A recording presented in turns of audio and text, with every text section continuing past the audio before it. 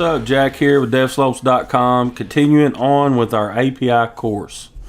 So far we've covered create and read, and now we need to move on to update. So let's go ahead and get back to our controller here. And once we get all this work done, it's just a matter of updating the methods inside this controller here. The controller is handling everything for us. So basically we've got create here, and then we've got two read methods. We've got return all documents, and then we've got one that does a find by ID.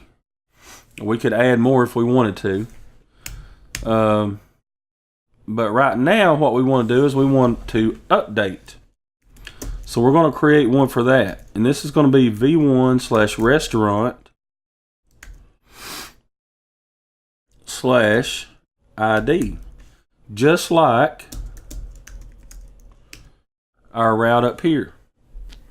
And what this does is we pass in an ID, and it's going to find the restaurant first that has that ID.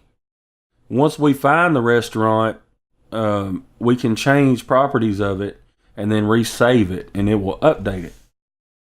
But instead of it being a post, it'll be a put method, and that's how we're going to achieve the update. So what we do is we say API.put, and then we pass in our ID, and we've got our usual request and response fat arrow function here. Now then, here we need to go ahead and do what we did above. We need to find by ID. And we need to pass in our request.params.id again. So far it's identical to our find above. Okay, so we need to check for an error here again.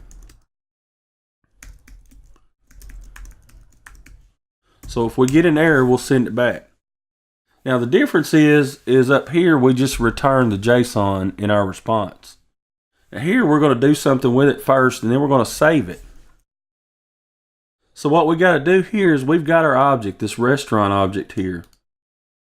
So what we could do is we could say restaurant.name equals, and then we can go back to our request.body.name.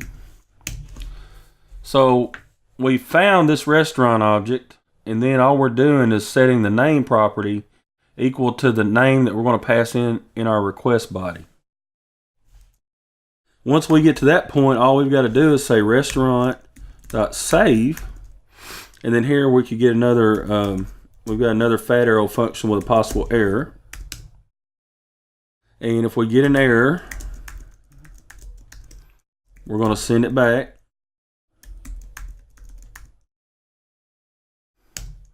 And then otherwise, we're going to send back JSON, a JSON message, and our message is going to say restaurant info updated.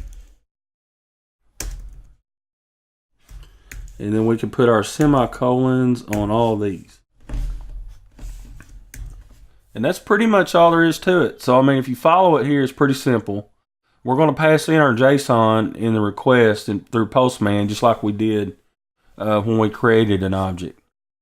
But instead of using it right off the bat, we're first going to find by ID and pull that ID parameter out of the URL here and find that particular document.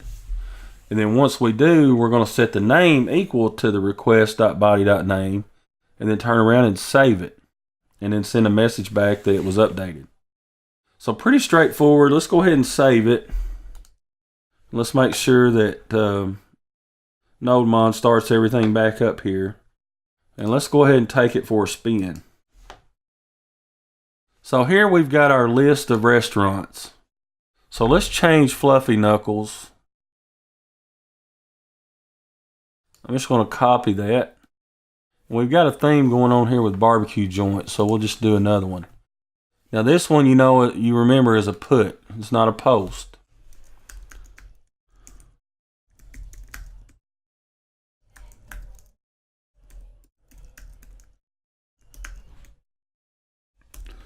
And we're going to say v1/restaurant and then pass in our ID.